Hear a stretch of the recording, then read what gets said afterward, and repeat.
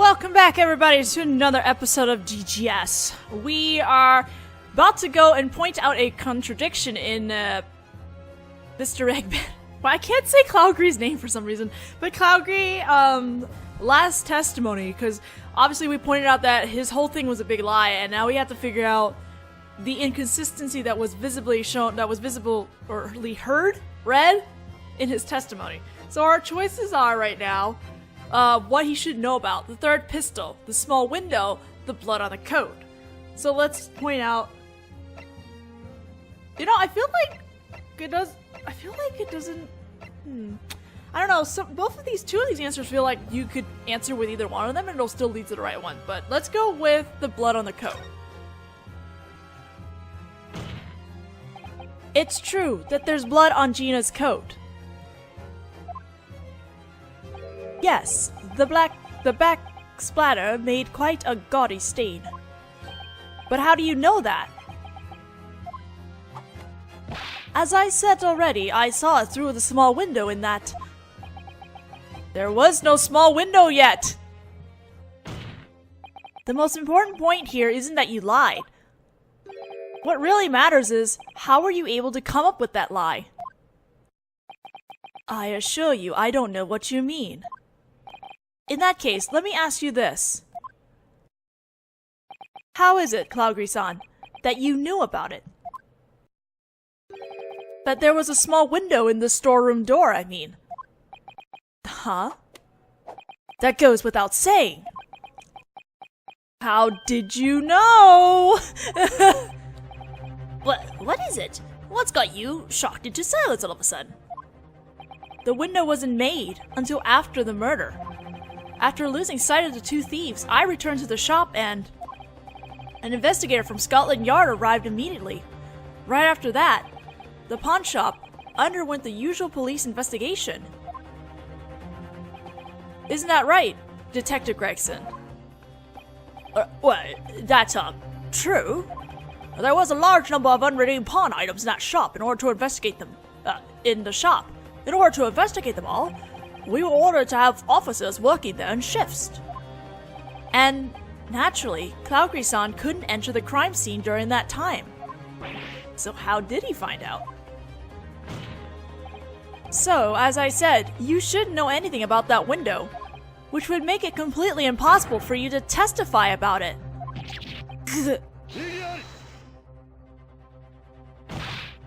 But the fact remains that he did testify about it. He testified about witnessing the crime through the window in the door. What on earth is the meaning of this? May I say something, Lord Von Zeeks? What is it, Detective Gregson? It's about time for me to return to Scotland Yard for my report. What? I have nothing further to testify about, so if you'll permit me... Shit! Gregson! Gregson, did you... I can't allow that, Detective Gregson. Huh? I'm saying I won't permit it, Detective. Until the trial has concluded, you will not leave that spot.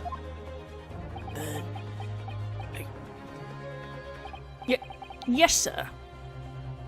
I think Gregson told him. Remember that part during one of the testimonies they were like whispering shit at each other? I think that's when it happened. Cloudgree-san. There's no way you should have known about that window being there. Which means someone must have told you that information.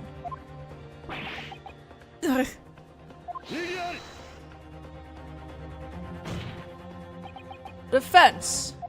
That statement you just made holds clandestine implications. I know. Cloudgree-san claims to have witnessed the circumstances of the crime. We can assume. He based his testimony on information obtained from a certain someone. And that someone, in the light of a certain clue, could only be that person. Who on earth would do such a thing? Who would have provided this man with information about the crime scene to allow him to create his false testimony? Detective Gregson. Gregson, why?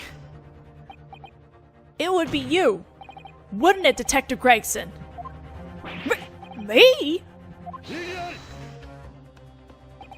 What basis do you have for such a wild claim? It was only a few hours ago that we came to know Rupert Cloudgree's name.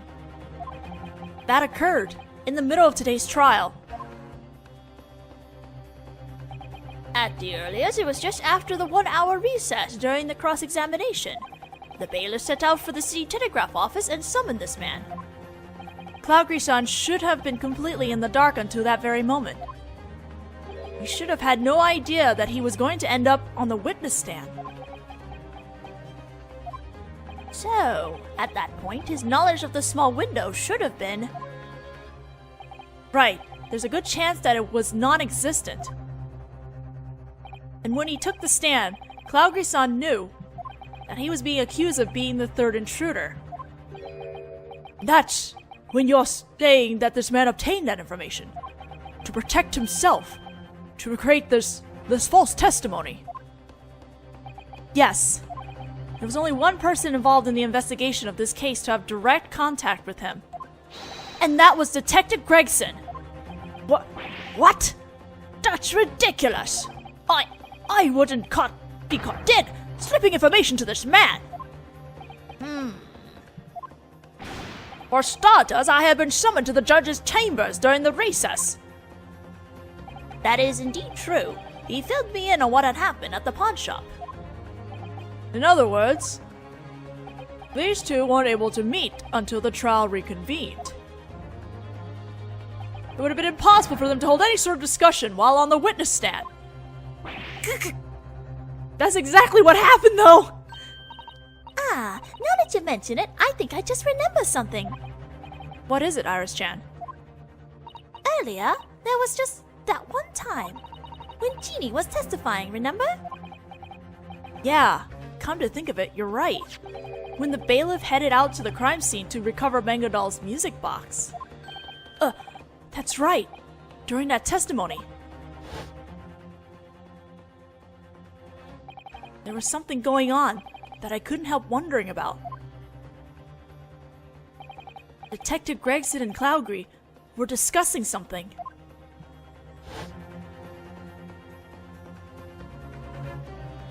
If it was then, it would have been possible for him to feed him the information. Ridiculous! That's just conjecture! I'm a proud Scotland Yard detective, for starters. Why would I leak vital top-secret information about the investigation to a bloke like this? That's true. There's no reason that you would have given him that information for free. But what if there was an exchange for it? What then? An exchange? In other words, Mr. Rupert Cloudgree provided something in return for the information about the small window. Is it the second disc? A yard detective make an exchange with a witness. If this is true, it would qualify as a serious breach of trust. Well... This appears to be the Japanese art of randomly tossing around accusations once again. No, it definitely isn't. We're in too deep to allow vague conjecture. The prosecution demands that evidence be presented.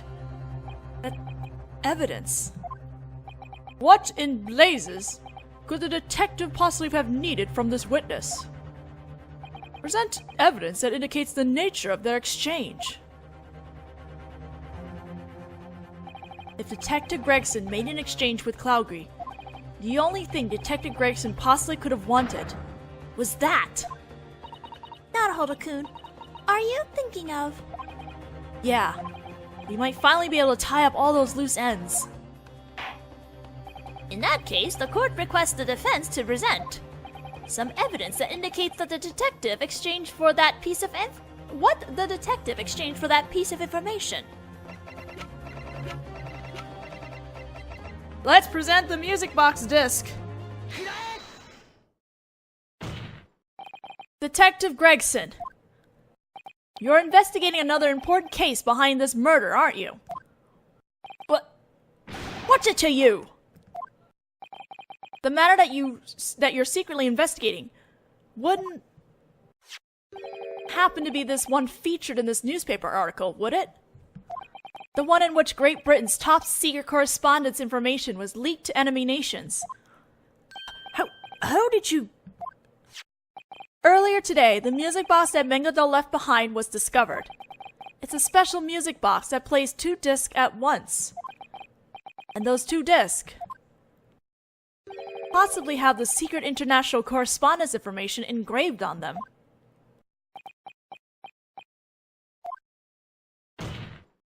So in order to recover that second disc while the information was still secret, you made an exchange with Mr. Cloudgree using information about the investigation. Stop!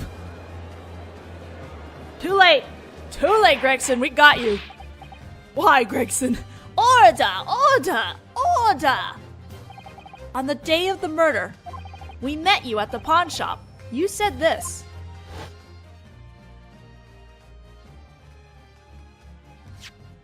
Scotland Yard will be taking possession of that item left behind after the death of Cosney Mengadol. Give it here.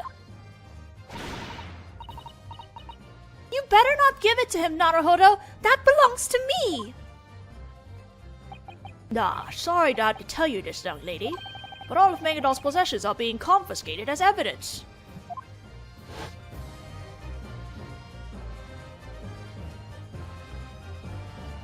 At the time, the police already knew, didn't they? They knew Mr. Mengadol was involved in the thieving incident. That duty was assigned to me. The duty that was assigned to me was to covertly recover the item containing the information stolen from the government's international correspondence. It contains state secrets, so it couldn't be revealed to anyone. So that's why, earlier when I tried to present this as evidence, you were so strongly opposed. Because you knew that this disc had vital information engraved on it. No, it hadn't been solidly confirmed yet. We only suspected the possibility that the vital information might be hidden on it. Then don't tell me that in order to retrieve the second disc, you leaked crime scene information about the secret investigation to this witness in order to aid this crime in creating this false testimony. Since Cloudgree-san knew about the existence of the window, the only thing we can conclude is that an exchange occurred between these two. Damn it! Ah!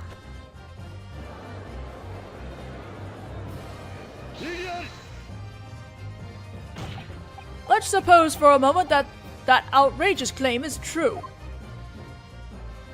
That would have to mean that the second disc is here in this courtroom. Oh, one moment, please. This courtroom? Oh, yeah. How can you be so sure? Because Gregson is a Scotland Yard detective. Eh? Lord Von Zeeks. As an outstanding detective, he always calmly assesses the situation before acting. Therefore, it's unthinkable that he would make such a bargain on mere promises, unless he could actually see the item he desired with his own eyes. Ah, then you can't mean that he already has it. The second disc. I haven't heard sir in a long time. If we search Detective Gregson, we'll know immediately. That's right. Think about it. The only time those two could have made their deal was during Jeannie's testimony. Since then, Gregson hasn't left the witness stand even once. Please, search his personal effects right away. Well, Detective?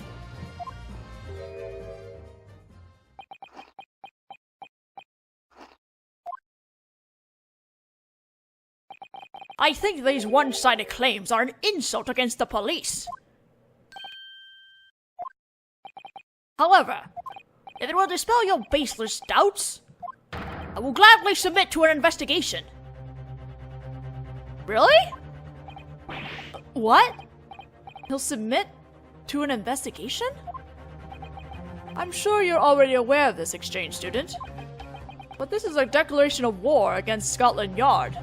If this is not discovered as a result of this investigation of his personal effects, you will be declared unfit to be an attorney, and on top of an immediate cancellation of the trial. The British government will likely lodge a harsh formal complaint with the government of your own nation. What? For a mere exchange student to damage the credibility of the world-renowned Scotland Yard would be a major problem that our nation couldn't simply let slide. You're just trying to scare us. In order to make an accusation, you must be prepared. For that, at the very least. He has a point. I can't imagine the detective making an exchange for mere promises.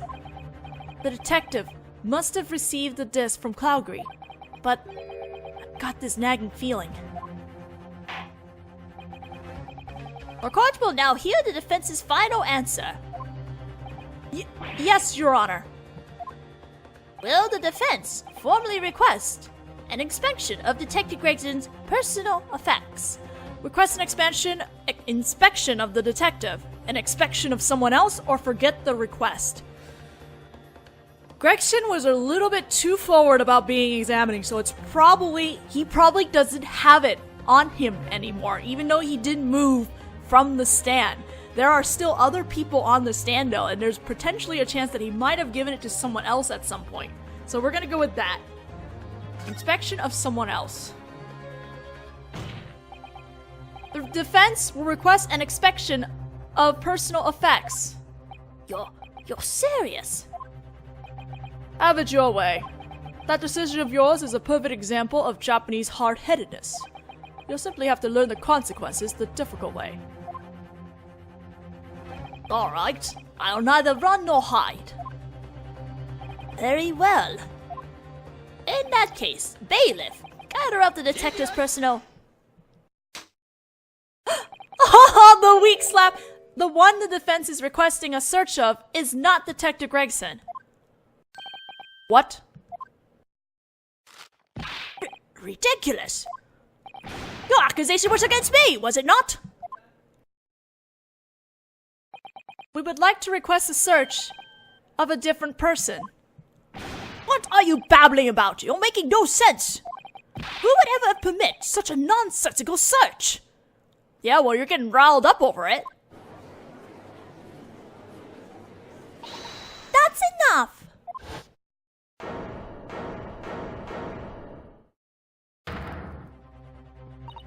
Nodahula-kun made his request with resolve, just like you all said. You should show respect for his resolve and answer sincerely. That's the Great Britain I'm familiar with. Holy shit, Iris! She chewed them all out! Indeed, you have a point. The court will respond to that resolve. But, one moment, Your Honor. If I'm not mistaken about what I've seen so far in this trial, the one holding that disc must be that person. Whose personal effects would the defense like to have searched? Nemi Templar. The guy next to him. That person is Nemi Templar. Me? You? Now then, bailiff, restrain that man immediately and check all his belongings. Your Honor, I beg you, please wait. Oh, we're on to something. Detective Gregson? Scotland Yard objects to this search. Why? Unfortunately, Detective, that objection won't be honored. The only ones with the right to raise an objection in court are the prosecution and the defense. But, Lord Von Zeeks! I don't know what sort of pressure you'll find yourself under, but I have no intention of impeding this search. Bailiff, begin searching this man! Hold on now. I really don't know anything about any disc, okay? No!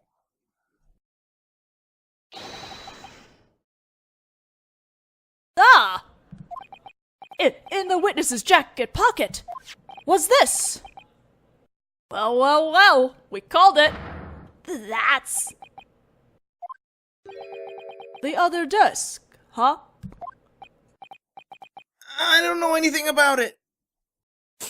Look at Gregson over there.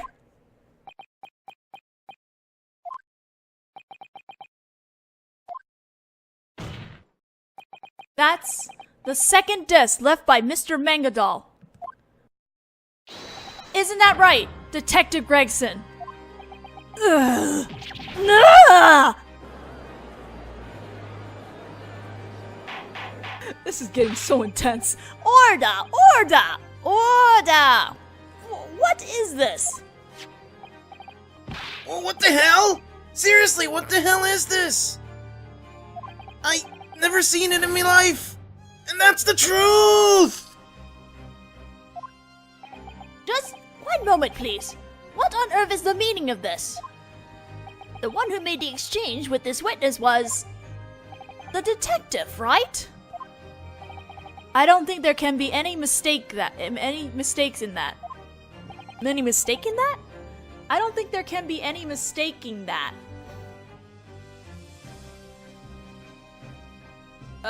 Whatever.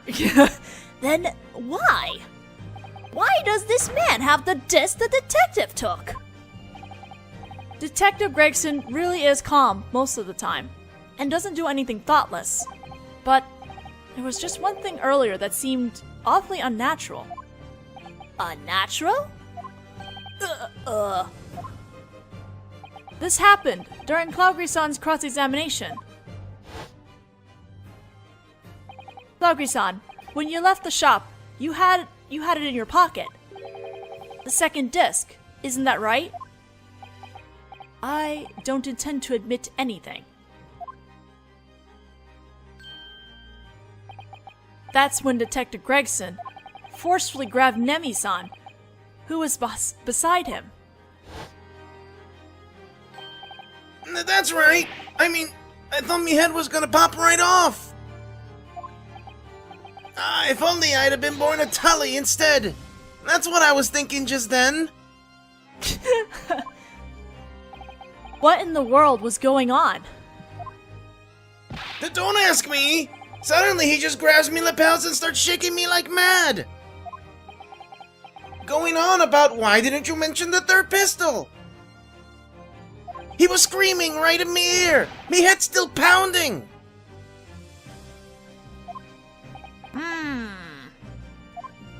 It was almost as if the usually calm Detective Gregson had suddenly turned into someone else entirely. And thinking about it now, it could only have been then.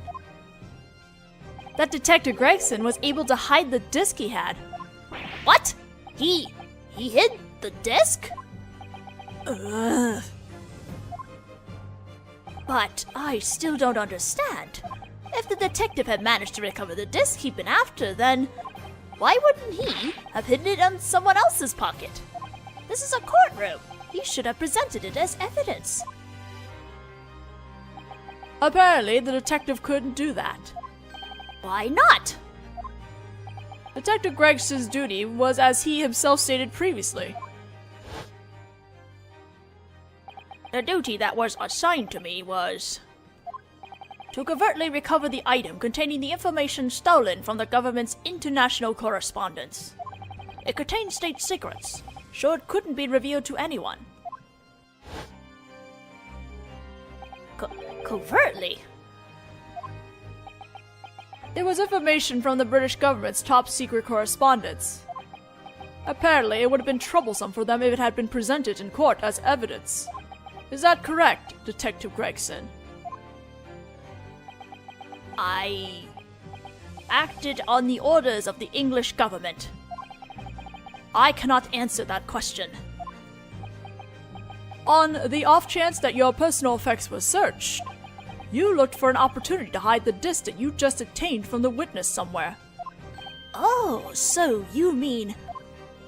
Detective Gregson made a show of grabbing Nemi-san in order to slip the second disc into his pocket.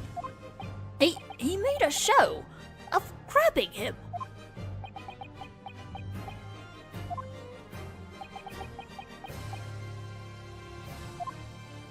Well, Detective Gregson and witness Clogry, do you admit to having made an exchange?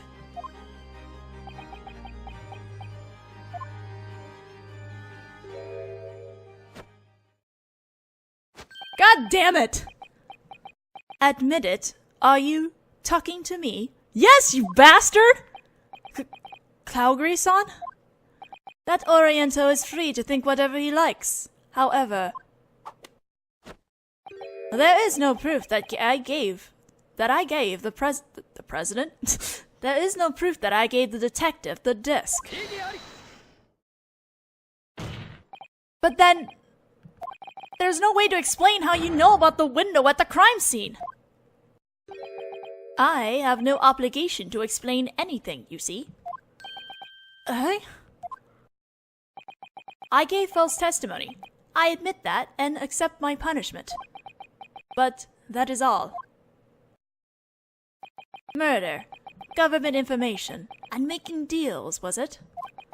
Those things are nothing but the product of an amusing Oriental's overreactive imagination. I haven't the faintest idea where he got such notions. What?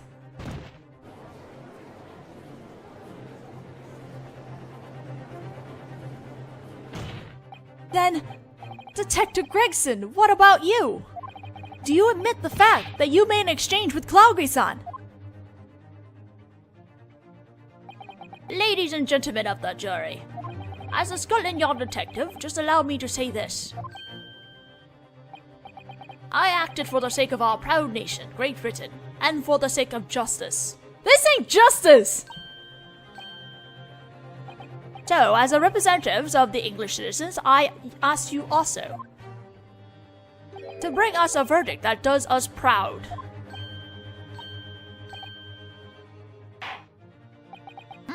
This is quite a conundrum. It's very unusual for a trial to go on so long without arriving at a conclusion, but if there's no more evidence to be presented, all that remains is to request a final verdict from our 6 jurors. There is a definite weight to the words of someone who is willing to lay down his life for this country. That detective is trustworthy. This servant's eyes can tell. No matter how I cross my eyes, I can't see anything in 3D anymore. Maybe you broke your eyesight from looking at too much 3D stuff. As a professional myself, I'd like to believe what he told us. Mr. Clogry is a master at what he does. Yes, I aspire to be like him. I trust Detective Sais. That is all I know. This is bad. The jurors they all trust Detective Gregson. If they give their verdict now, Will Jeannie be declared guilty? if I don't present some definitive evidence right here, right now, it's all over for us. Evidence that will get Clogry to admit to murder and theft, or evidence that will get Detective Gregson to admit he had exchange. He made an exchange. Well, what do you say, defense? Shall we have the jurors hand down their final verdicts? Or are you prepared to present definitive evidence? If I request a verdict from the jurors, Gina-san will be declared guilty. In that case, all we can do is just toss out some evidence. Everything hinges on this decision. Who should I present evidence to? Clogry or Detective Gregson? It actually doesn't matter who you pick. If it's Clogry or Gregson, you'll just get different dialogue, but in the end, the outcome is that we will, prove that Gina is innocent. But, this one has me picking Detective Gregson. So the first one is Clogry. Gregson, leave it to the jurors. So let's do it with Detective Gregson. Detective Gregson, there's one final piece of evidence I'd like you to look at. Or me? If you won't admit to your exchange to Cloudgris-san, we'll have to examine this piece of evidence exhaustively. But what? This is it. I just gotta show him this. In order to get the detective to admit to having made the exchange. Music box... No, the disc. Disc, not the player? Okay, I guess we'll just do the... Did I even get the second disc? No, I didn't. Is this Mr. Mango Doll's disc? This is the first disc that goes into the music box. Would you mind if we listen to it one more time? But this time, we'll play it alongside the second disc we discovered earlier. You mean this one? No, wait! I can't let you do that! Why not? Because, that's right, it has absolutely nothing to do with this case. That's not true. What? The defense previously made the following claim, that the sound this music box plays is part of a message in Morse code. Morse code is made up of two types of sounds. It's possible that that disc has the second type of sound engraved on it. We must confirm this possibility. But this is top secret information that was stolen from the British government. If you reveal it here, that's an act of defiance against Great Britain. In that case, you're willing to admit it? That you made an illegal exchange in order to protect this top secret information. Damn you! If you're going to leak that top secret information, you'll become an enemy of our government. You're a detective, and yet you share confidential details about the investigation with a witness. In an attempt to fulfill your duty, you used any means you had at your disposal and lied.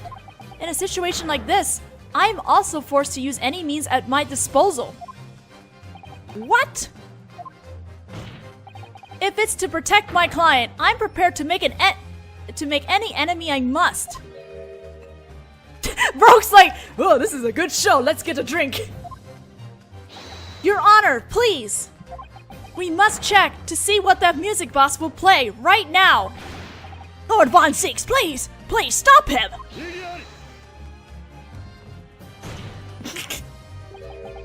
Detective, I believe you're already aware of how I conduct myself. I'm a prosecutor, not a police pawn. What? Because of the position in which I stand, I will use any means necessary in order to pursue the truth. No way!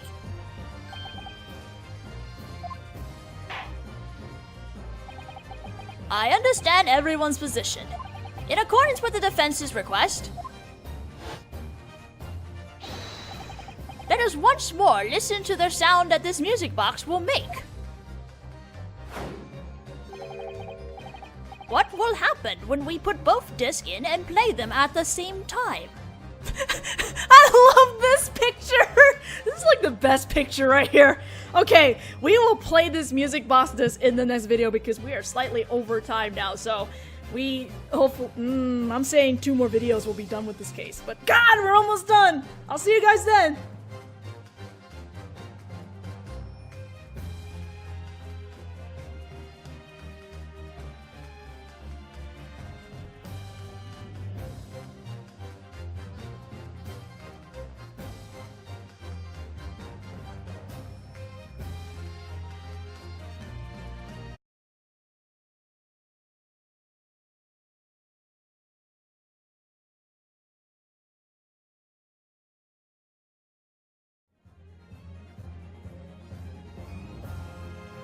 Welcome back, everybody, to another episode of DGS. We are about to go and point out a contradiction in Mr. Eggman. Well, I can't say Cloudgree's name for some reason, but Cloudgree, last testimony, because obviously we pointed out that his whole thing was a big lie, and now we have to figure out the inconsistency that was visibly shown, that was visible or read in his testimony. So our choices are right now. What he should know about, the third pistol, the small window, the blood on the coat. So let's point out, I feel like it does. I feel like it doesn't. I don't know. Two of these answers feel like you could answer with either one of them, and it'll still lead to the right one. But let's go with the blood on the coat.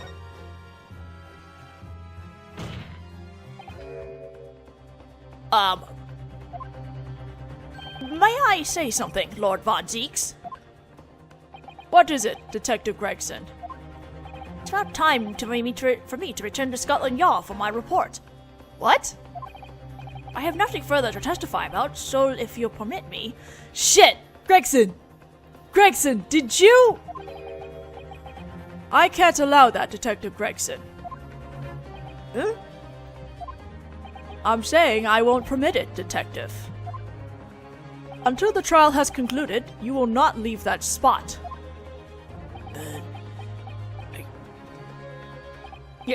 Yes, sir. I think Gregson told him. Remember that part during one of the testimonies they were like whispering shit at each other? I think that's when it happened. Clougry-san. There's no way you should have known about that window being there. Which means someone must murder. After losing sight of the two thieves, I returned to the shop and an investigator from Scotland Yard arrived immediately. Right after that, the pawn shop underwent the usual police investigation. Isn't that right, Detective Gregson? Well, that's, true. There was a large number of unredeemed pawn items in that shop in order to investigate them, In order to investigate them all, we were ordered to have officers working there in shifts. And, naturally, Clougry-san couldn't enter the crime scene during that time. So how did he find out? So, as I said, you shouldn't know anything about that window, which would make it completely impossible for you to testify about it.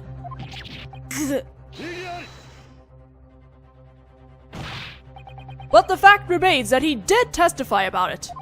He testified about witnessing the crime through the window in the door.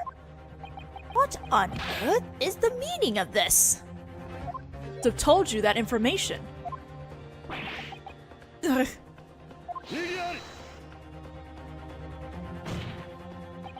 Defense. That statement you just made holds clandestine implications. I know. Clougry-san claims to have witnessed the circumstances of the crime. We can assume. He based his testimony on information obtained from a certain someone. And that someone, in the light of a certain clue, could only be that person. Who on earth would do such a thing? Who would have provided this man with information about the crime scene to allow him to create his false testimony? Detective Gregson. Gregson, why? It would be you, wouldn't it, Detective Gregson? Me? What basis do you have for such a wild claim? It's true that there's blood on Gina's coat. Yes, the back splatter made quite a gaudy stain. But how do you know that? As I said already, I saw it through the small window in that... There was no small window yet! The most important point here isn't that you lied. What really matters is, how were you able to come up with that lie? I assure you, I don't know what you mean. In that case, let me ask you this. How is it, Clougry-san, that you knew about it? That there was a small window in the storeroom door, I mean. Huh? That goes without saying. How did you know? What is it? What's got you shocked into silence all of a sudden? The window wasn't made until after the murder.